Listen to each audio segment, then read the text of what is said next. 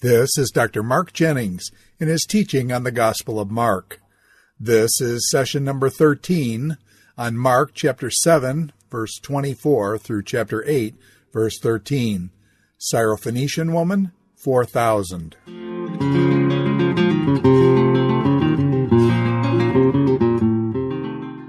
Good to be with you again as we continue to work through Gospel of Mark. We're in the middle of Mark chapter 7, and as we work through today and finish up in 7 and get into 8, we're coming close to the end of that first major section in the Gospel of Mark. You may recall from the opening lecture that Mark can ultimately divided into 4 sections, but 2 major sections, and the first major section is what we've been looking at, and that is really setting up the authority of Jesus. And we've been seeing all the way through the power of Jesus, the strength in his teaching and his miracles and his deeds, as well as how his authority is in conflict with the authority of the religious leaders of the time. And we saw that even in most recently in chapter 7 when we were discussing Jesus' rebuke of the religious leaders and the process of Corban that they had set in motion, and the way that they had even understood and allowed to exist, enabled, in fact, even encouraged the prohibition against following the law. By that I mean they encouraged a practice that went against honor your mother and your father, and we've seen that working all the way through.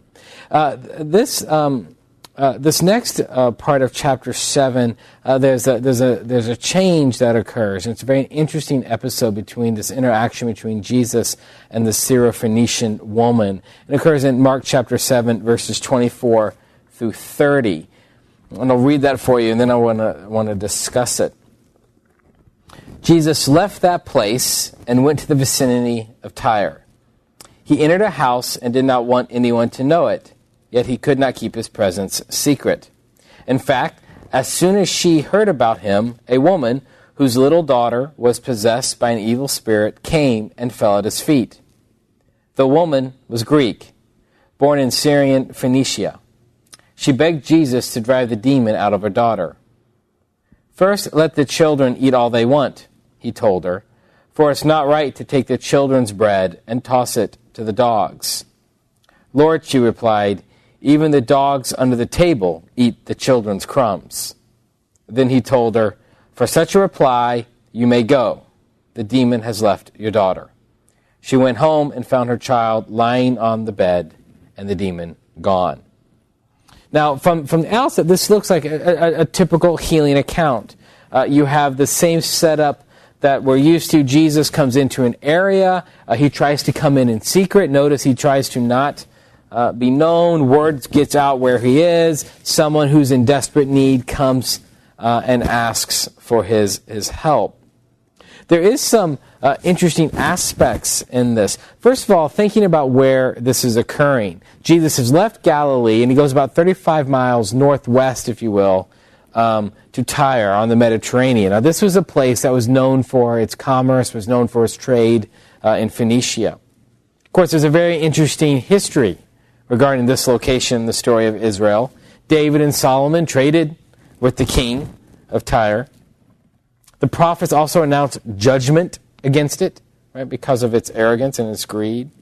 And during the New Testament times, this area is often spoken as one of the enemies of the Jews. So geographically, Jesus has entered into an area that is Gentile in quality, if you will, and he's trying to maintain a low profile. So the place is very interesting. But this woman, which is also fascinating, this is a woman who comes to her, who is Greek, comes to him, who is Greek. So it breaks through what might have been some social barriers there, both in terms of ethnicity and the separation between Jew and Greek, but also female and male. And interesting enough to even maybe stress it even more, Mark Place calls her a Syrophoenician. She's under Syria, but also Phoenician, so that's how that term comes. Matthew actually calls her a Canaanite, which is a real old ancient term regarding the residents of this area. So she comes to Jesus, and her desperateness is clear. She begs Jesus to drive the demon out of her daughter. But what's interesting here is Jesus responds really first with a refusal. This comment, first let the children eat all they want, he told her, for it's not right to take the children's bread and toss it to the dogs. This statement, which seems at first blush a very strange statement to make, the ideas behind it has this relationship between Jewish people and Gentiles. So when Jesus talks about first let the children eat all they want, the reference would be to the children of Israel, the Jewish people, and that's played out by this idea of the dogs. And the dogs was not an uncommon insult that was given to Gentiles, that characterized Gentiles. They would be referred to as dogs, in contradistinction to Israel. We see something similar happening, this epithet in Philippians 3, for example. The picture here, in other words, is not of a family pet. Right? It's to be received as an insult. I was recently traveling a few years ago in different parts of Eastern Europe, around the Mediterranean. I was in Macedonia, Bulgaria, and into Greece. And one of the things that I found fascinating in moving through those different economic areas, Macedonia was poorer socioeconomically than Bulgaria was, and you could also at the time see a distinction between Bulgaria and Greece. And you could see it in the dogs. So when we were in Macedonia, the dogs that we would see while we were there often were packs that would roam. They didn't belong to someone. They were scavengers that were in the roads, and they were everywhere. And they were usually very thin, very scrawny, very unattractive. They would get into the trash. They would operate in a lot of ways to what we might associate with rats, for example. When we moved into Bulgaria, there was still some presence of that in some neighborhoods, but in other neighborhoods you wouldn't see the dogs. And then we got into the parts of Greece that we were in. We weren't all of Greece, but the parts we were in, that's when we started seeing dogs as pets. So you could almost see as a place, about 10 years ago, as the wealth of an area changed, you could see reflected in the dogs. And here, that scavenger dog element, that who roots in the trash and etc. That's the idea behind this. That's the idea behind this insult. It was in this ancient culture. It was extremely unlikely also for Jews to have a dog as a pet. So this isn't a positive statement, if you will. Now the question becomes: is Jesus being playful with her, or is there a refusal in view here? And it's interesting because there's a debate that happens regarding this statement. There's a back and forth. And what I find fascinating is almost in all of the exchanges of dialogue where we're used to someone coming up to Jesus and challenging him. Usually Jesus comes out the winner, if you will. But here it seems that the Syrophoenician woman gets the best of Jesus. And I think if we're reading Mark correctly, is that there's again this need for a muscular evidence of faith. That's simply coming to him asking for a miracle, that Jesus wants to pull more out of her. And if there's a deliberate purposefulness in here, even this statement about children, bread, and the dogs comes into view. And so the woman responds, "Lord, even the dogs under the table eat the children's crumbs." And I think the sense of that is she understands the sense of what Jesus is saying, is that he is Jewish. He's coming to the Jew first, and then to the Gentile idea perhaps, but he's Jewish, and that he's here primarily interacting with the Jewish people. In fact, that's the mission he gave to the disciples. Like, they went to Jewish households. There's been hints of the Gentile mission, but he's mostly been around Galilee. And I think his response wants to pull out of her, just to see how strong she is willing to put her trust in Jesus, to express her faith and her desperateness. And so when she responds, even the dogs under the table eat the children's crumbs. Notice there's a very strong statement of humility there. She doesn't say, "How dare you call me a dog? How dare you present Jewish people versus Greek people in such terms?" She doesn't sit here and demand, "I matter. Listen to me. The value." Instead, she says, "But yes, even the dogs can get crumbs." And there's almost an acceptance, if you will, of Jesus' statement. And then he told her, "For such a reply." Now, and I think that's important because what Jesus typically affirms is faith. We've seen that throughout the Gospel of Mark, because of your faith, for your faith, etc. And so I think for such a reply, we're to understand that such a reply is a declaration of faith. That it's a expression of full dependence on Jesus and a humility before Jesus, a recognition of his authority. And he said, "For such a reply you may go, the demon has left your daughter." So whether this was a strong debate or a playful one, the sense of it carries the same. And you have here then this beautiful expression. She went home and found her child lying on the bed and the demon gone. So the same, the immediacy of it. You have this expression of how what Jesus has done for the Jewish people who are suffering, he's doing for the Gentiles. And the Syrophoenician woman here gets a very strong positive affirmation. And notice here there is not a sort of separate act that's done. There's not a different revelation, that in having the demon leave her daughter, that joins what Jesus has been doing, with the people of Israel, the children, also with here, representing the dogs, the Gentiles, that he's doing the same to both. And I think that indicates that the separation of children and dogs, even, if we can use those terms, is going away. That they're receiving sort of the same act of grace. And it's probably worth noting here that such a positive statement about a Gentile woman would have been very scandalous to come from a Jewish male. And so that this act of this miracle, this bringing out the demon from the daughter, that aspect of it is almost muted.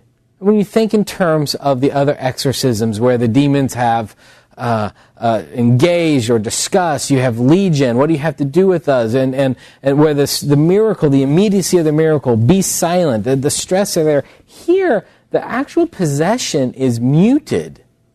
The exorcism is muted. What is stressed is the dialogue between the Syrophoenician woman and Jesus. And so what Mark is hinting at is, I don't want you to just see the exorcism.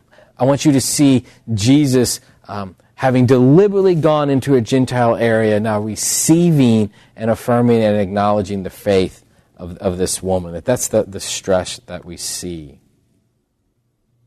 And then, this sets the stage then for this next miracle that occurs. And so you've got these sequence of miracles that are working through. And when we see the healing of a deaf and mute man, I want to look through this a little bit, beginning with Mark 7:31 through verse 37.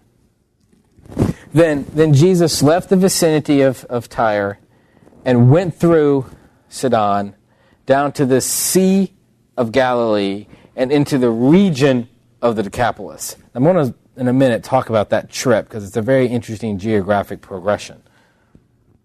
There some people brought to him a man who was deaf and could hardly talk. and they begged Jesus to place his hand on him.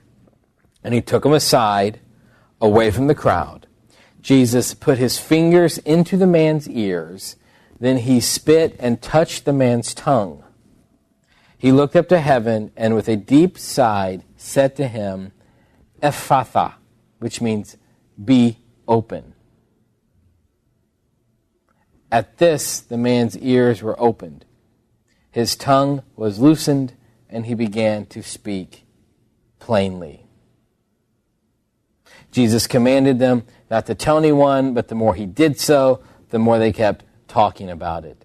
People were overwhelmed with amazement. He has done everything well, they said. He even makes the deaf hear and the mute speak. Interesting as we look through this, some fascinating elements in this healing. First of all, the healing of this man, he's both hearing and speech impaired. And the account of this has no real parallel in the other Gospels. Matthew 15:29 through 31, there's a summary that would maybe bring this into it. But it seems really unique here in the Gospel of Mark. And I think what's interesting as we sort of look through this, that this is occurring in the region of Decapolis. Now, this isn't the first time we've had this geographical place, this region of cities, this Gentile area, predominantly Gentile area. We saw this with the Legion, the exorcism of the demoniac. And recall there that the response to Jesus was rather less than hospitable. Recall that he had done this great exorcism, and here was this man who now was sitting in his right mind. And in the middle of this, the people come and they see what has happened. They see the pigs. Remember, Jesus had let the demons go into the pigs. The herd crashed over. They see all of this occur, and they ask Jesus to leave. And in fact, the now restored man desires to come with Jesus, and Jesus, somewhat surprisingly, said no, but did tell him to go tell people what had happened. Now, that was surprising in a couple of ways. One, that you would have thought Jesus would have said, yes, come, instead of telling him to stay. But also, Jesus typically told people to be silent about such acts, but he had told this man to go tell anyone, and it looks like as this man was successful, that there was a positive Gentile reception to at least what the man was saying. And so if you couple what was happening with the Syrophoenician woman in this positive statement, and then he's moved more into the heart of the Gentile area, into the spot of Decapolis, and he's got this huge positive reception. The best way to explain this positive reception, I think, is that there has been word going out about him ever since the amazing exorcism. The demoniac was spreading news, and people were getting excited in a very similar way that we saw in Galilee. Now, I mentioned the geography is fairly interesting here. One of the things that's usually nice living on this side of 2,000 years from these events is we almost have no concept of the map.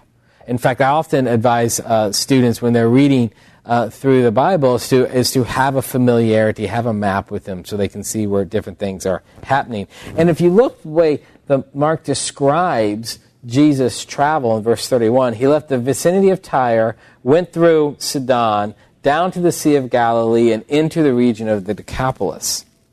Well, this means that Jesus travels about 20 miles north to Sidon, then southeast across the river Leontes, and from there he goes through Caesarea Philippi to Decapolis on the east side of Galilee.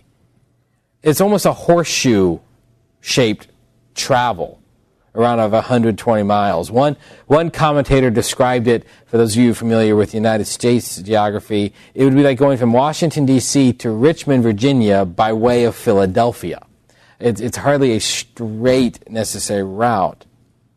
Now, many scholars have said this speaks against its accuracy, or that Mark shows an ignorance of actual geography, or is combining different events. I actually think it works the other way, that the oddness speaks to the accuracy. That it indicates that Jesus was doing a very similar mission activity here in the Gentile lands that he did when he was in Galilee. That when he was in Galilee, he was constantly on the move. And here, in these Gentile regions, he's doing the same thing. He's constantly on the move. In fact, such a trip into the Gentile region to do this type of travel, I think indicates a purposeful inclusion, that he's wanting to go deeper into Gentile area. Another thing that's unique is the description of this man, that we have here someone who cannot hear and also cannot speak. And that Mark wants to make clear we understand this particular miracle occurred. Remember, Mark is choosing. Jesus is doing many, many miracles, and so it's not as if Mark is presenting an exclusive list. He's choosing which miracles to present. And it's hard not to think that this miracle, this healing of a man who was mute, doesn't have in mind Isaiah 35:6. Speaking of a time when the lame will leap like a deer, and the mute shall shout for joy. When the tongues will be loosed, and they shall shout for joy. Water will gush forth in the wilderness, and streams in the desert. That here there's this stress on the mute being able to speak, maybe as also evidence that what Isaiah spoke of in 35 now is coming to pass with Jesus.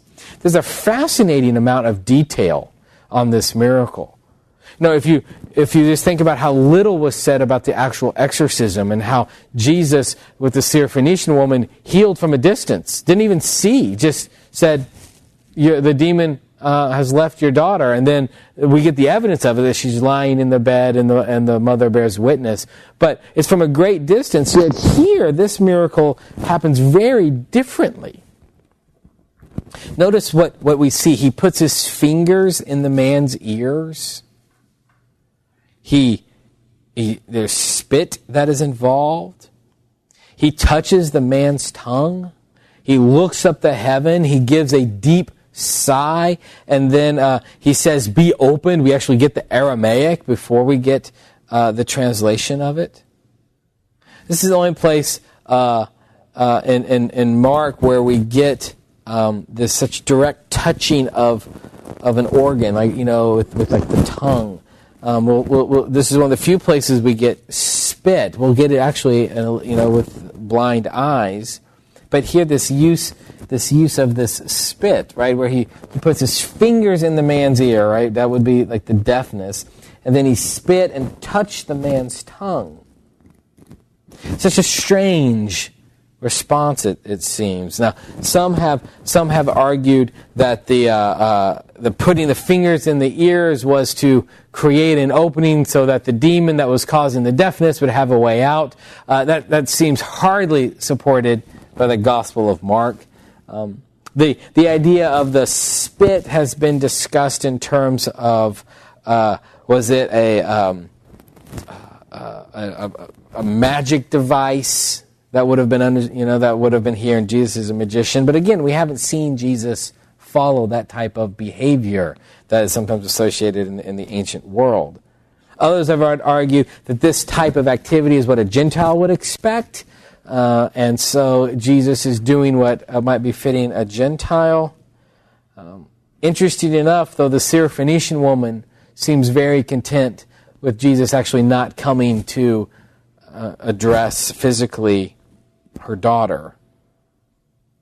Honestly, in a lot of ways, it's hard to figure out why Jesus does the spit and the touching of the tongue. And I think we have to be careful before we put too much significance into it. I do think one of the things that it does show here is that there's a picture here of that which is in Jesus is making clean or making now work what was broken. That the spittle of Jesus has this idea of something from him that is now going to this man and restoring this man. And if that's right. I think we have to be careful there. It does give a bit of a sacramental quality to it, or perhaps even a foreshadowing of the blood sacrifice of Jesus. But again, I think the comfort I have is to say, on one hand, Jesus purposely does it this way. He has a reason for doing this way. He could have simply done it from a distance, had he chosen. But he brought the person outside of the crowd, away from the crowd, and purposefully does something to the ears and does something to the tongue. And so even if the meaning is lost to us, we assume there was a reason for it. Maybe it was simply to do something that would have made sense in the cultural vernacular of the Gentile. The Aramaic that's given here probably is because of the stress of the memorable nature of this miracle. I don't think be open. I don't think this is some sort of magic formula he's stating.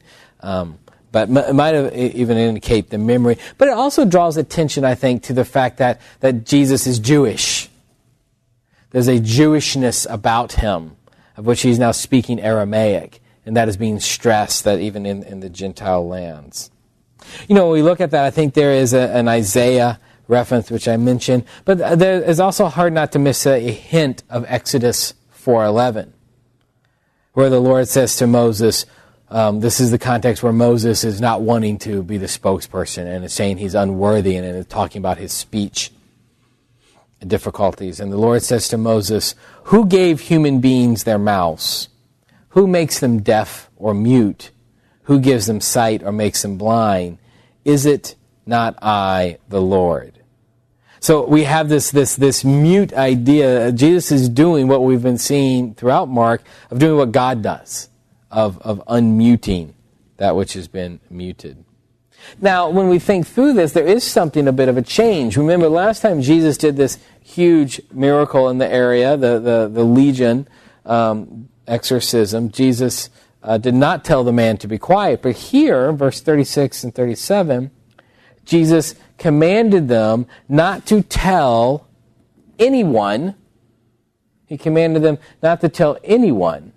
But the more he did so, the more they kept talking about it. People were overwhelmed with amazement. He has done everything well, they said, and he even makes the deaf hear and the mute speak. You know, we've been talking a little bit about with the Syrophoenician woman how Jesus is canceling out the distinction between Jew and Gentile. Here, though, we also see the response of Jesus to this miracle, and then the people's response to Jesus also is an indication of the canceling out of this distinction. One, how are they acting? They're amazed. They're amazed in the same way that the Jewish crowds were amazed. They were amazed at the miracles. But what we're gleaning now is this amazement is not an indication of faith in Jesus or a right understanding of who Jesus is, but an amazement in what he's able to do. And so the crowds of the Gentiles now are very much in line with the crowds of the Jews. But also we find here this now command to be silent.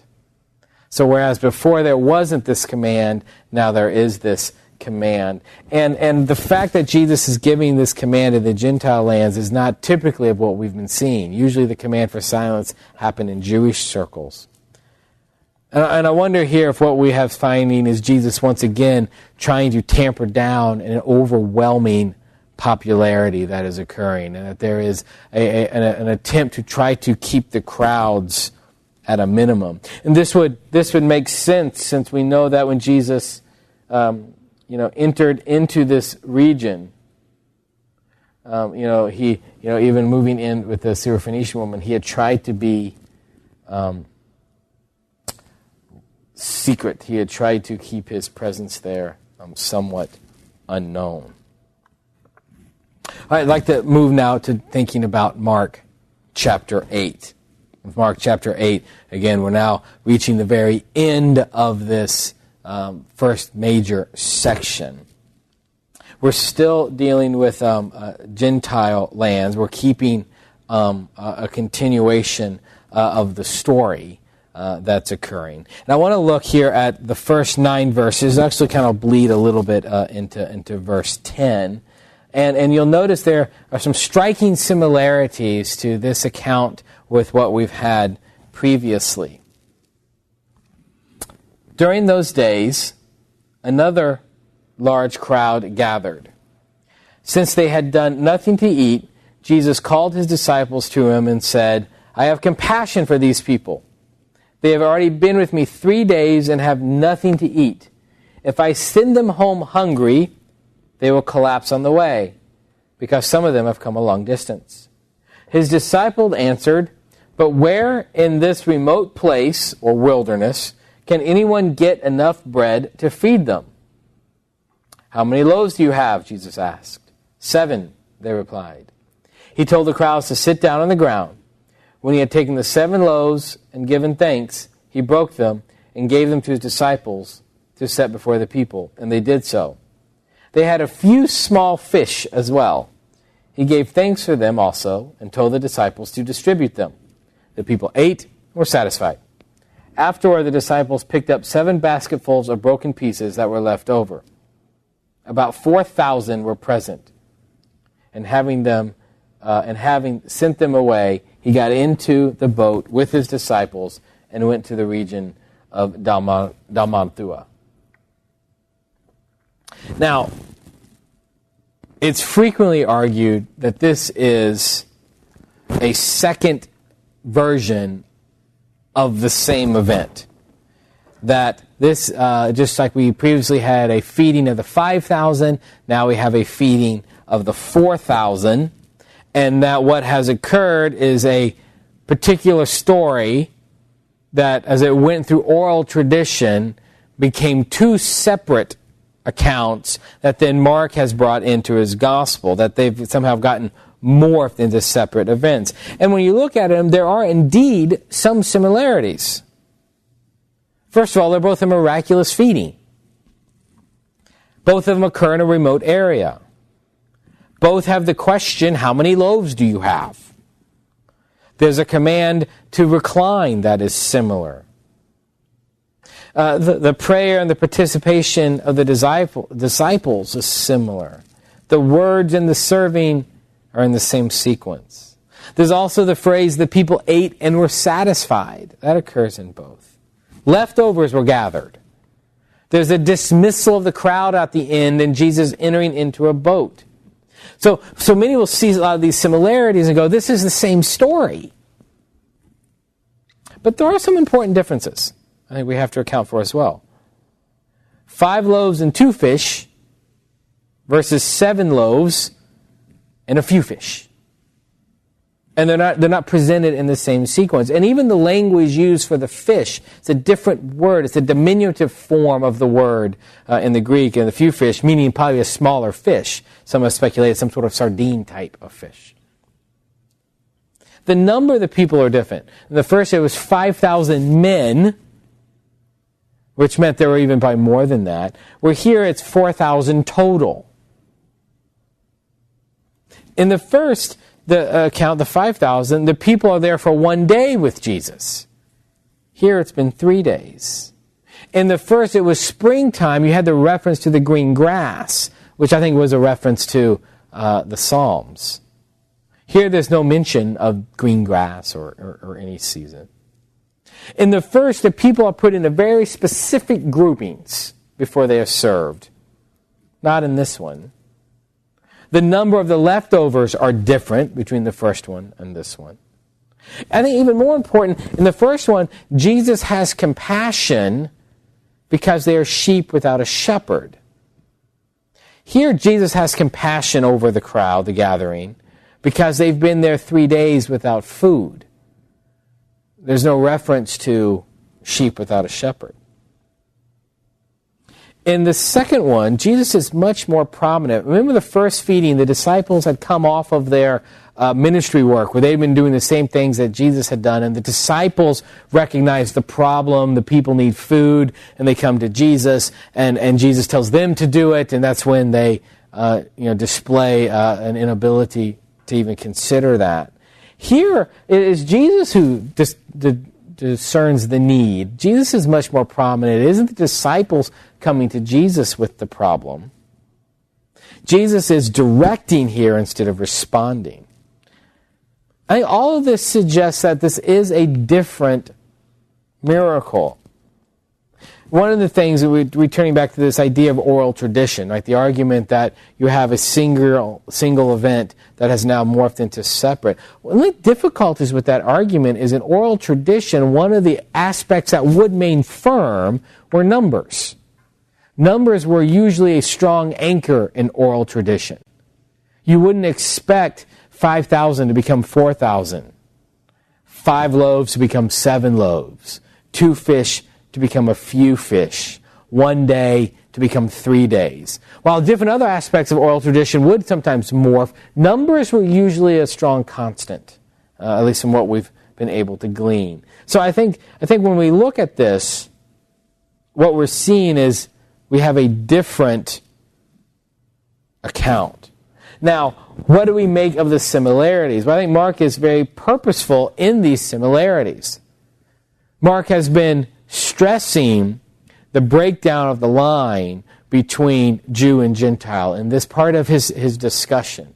He's been stressing that, both with the interaction with the Syrophoenician woman, but even in the healing of the deaf and mute, connecting it, I think, with Isaiah and perhaps even Exodus. There's been a flattening of this, if you will. And so the feeding of the 4,000 then also becomes a way to show the strong similarity of how Jesus is responding to Gentile need as he is also responding to Jewish need. So I don't think it's accidental that he has a second feeding.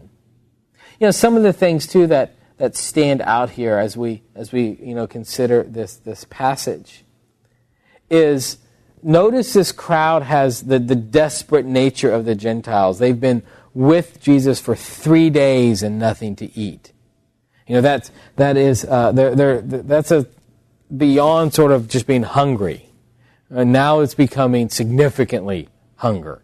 I mean, whatever food they might have brought with them, if they brought anything with them, have exhausted, and some have even come great distances. So there's a stress on their desperate need. Once again, the disciples show a spiritual insensitive, not being culturally insensitive, but spiritually insensitive. When Jesus is concerned about their physical state and the fact that they won't be able to make it all the way home in their current state of hunger, the disciples again ask, well, where can anyone get enough bread around here to feed them? It's frequently asked, how could the disciples be so foolish? Had they not just witnessed the feeding of the 5,000? Couldn't they naturally assume there would be such an amazing feeding here as well? Well, I'm going to hold off answering that question just for a second, because Mark, I think, wants the reader to also be asking, how is it possible that the disciples aren't remembering, aren't gathering, aren't expecting Jesus to do a miracle? I think the way this is even structured is Mark wants us to be asking that question about the disciples, because in the episodes that are about to happen, I think he begins to answer that question.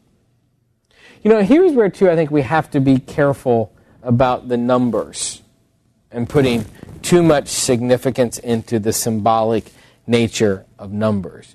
I do think when we were looking at the feeding of the 5,000, that if you recall when we discussed the feeding of the 5,000, that there were ample, I think, significant references to the story of Israel. You had the Exodus imagery. You had the feeding miraculously right out in the wilderness. You had the putting in orderly groups, which I think draw attention to God orderly, organizing Israel. You had the 12 baskets, right? Which I think 12 is significant in that context. Here, you don't have any of those other aspects. You don't have any other symbols which might support looking at the significance of a number. And so when we see 7, how many loaves you have? 7. I think we have to be very hesitant before we make that 7, because 7 is a theological number, before we make that 7 some sort of carrier of other meaning, because I don't think we have a lot of evidence of other meaning involved that might support that. The similarities, of course, is everyone ate their full and were satisfied.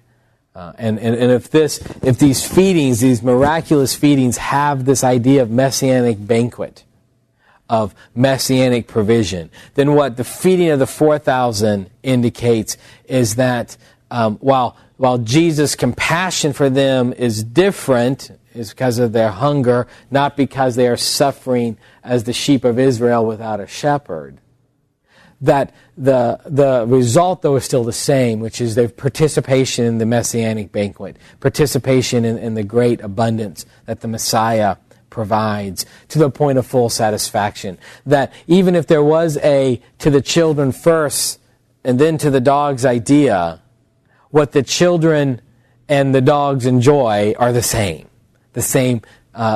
feast. That here the feeding of the 4,000 indicates the Gentiles aren't receiving crumbs. They are receiving still the full meal. And so I think Mark has purposely sort of set that in motion. Last little bit before we take a break is I want to look then at Mark 8:11 through 13. It's interesting. This is very abrupt.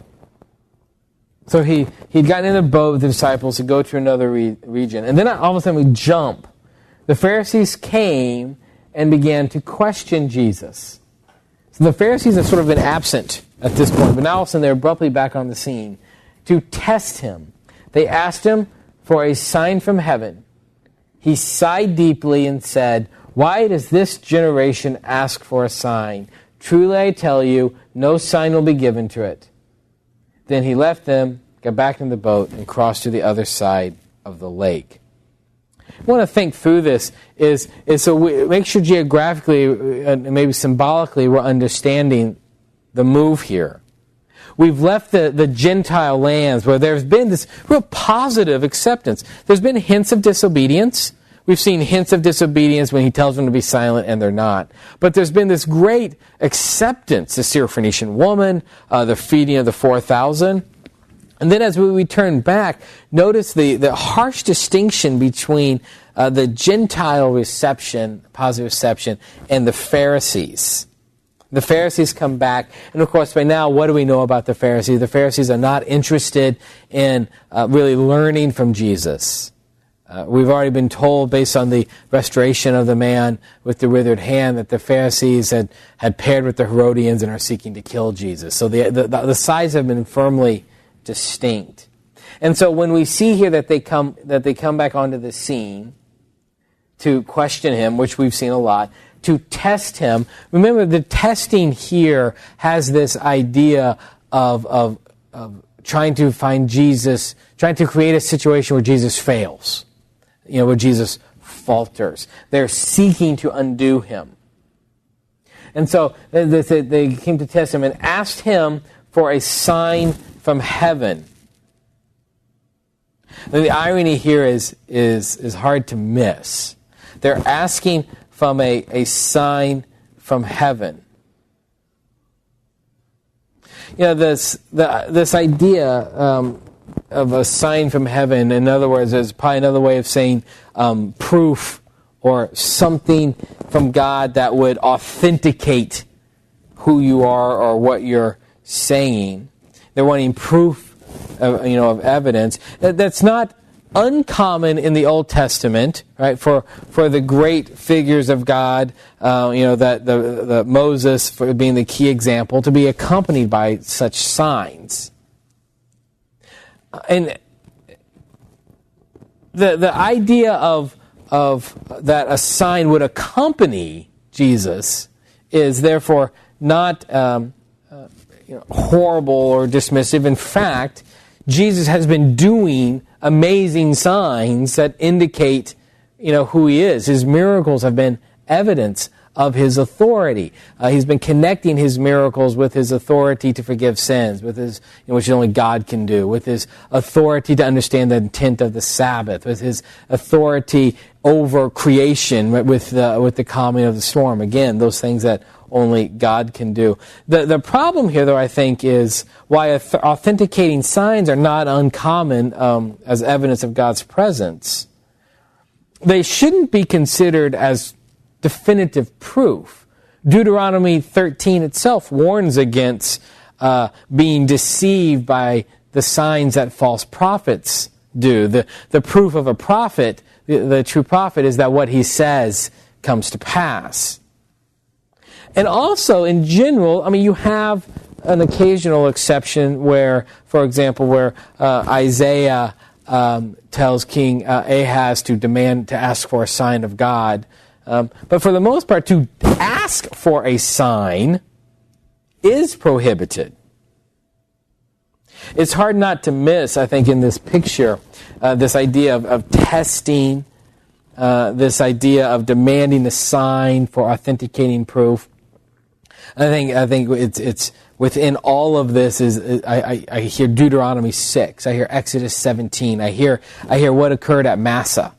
The Israelites demanding God do something to show evidence of his covenantal relationship. In fact, in the temptation narrative, think of in Matthew in the temptation narrative, for example, when Jesus responds, to Satan's temptation with, "You shall not test the Lord your God." That evidence was that scene was occurring where Satan was trying to get Jesus to make God do something, jump off the top of the temple because God has promised to send the angels to protect you, and he was trying to get Jesus to make God keep his word, if you will. And so there's this idea of showing evidence of God's presence has wilderness disobedient Israel hints. And in fact, I think these hints even become shouts, if you will, in this, in Jesus' response.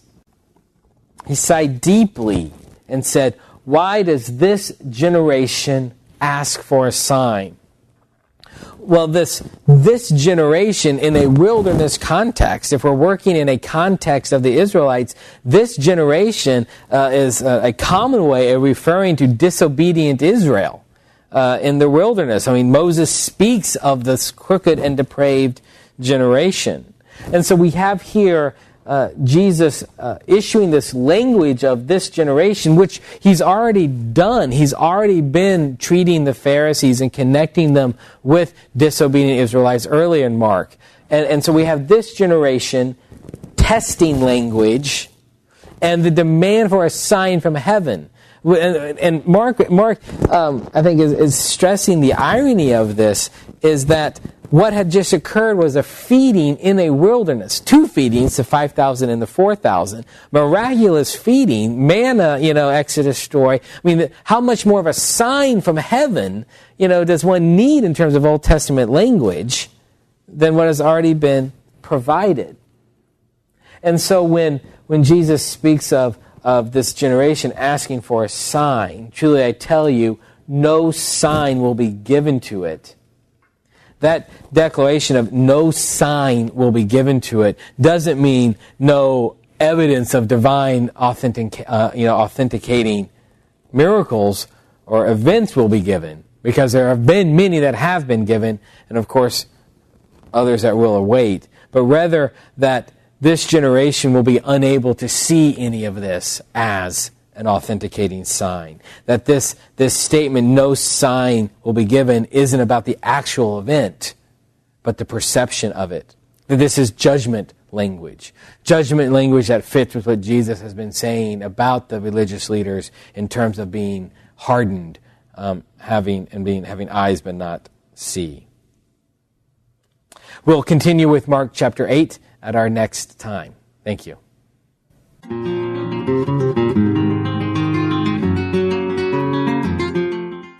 This is Dr. Mark Jennings in his teaching on the Gospel of Mark. This is session number 13 on Mark chapter 7, verse 24 through chapter 8, verse 13. Syrophoenician woman, 4,000.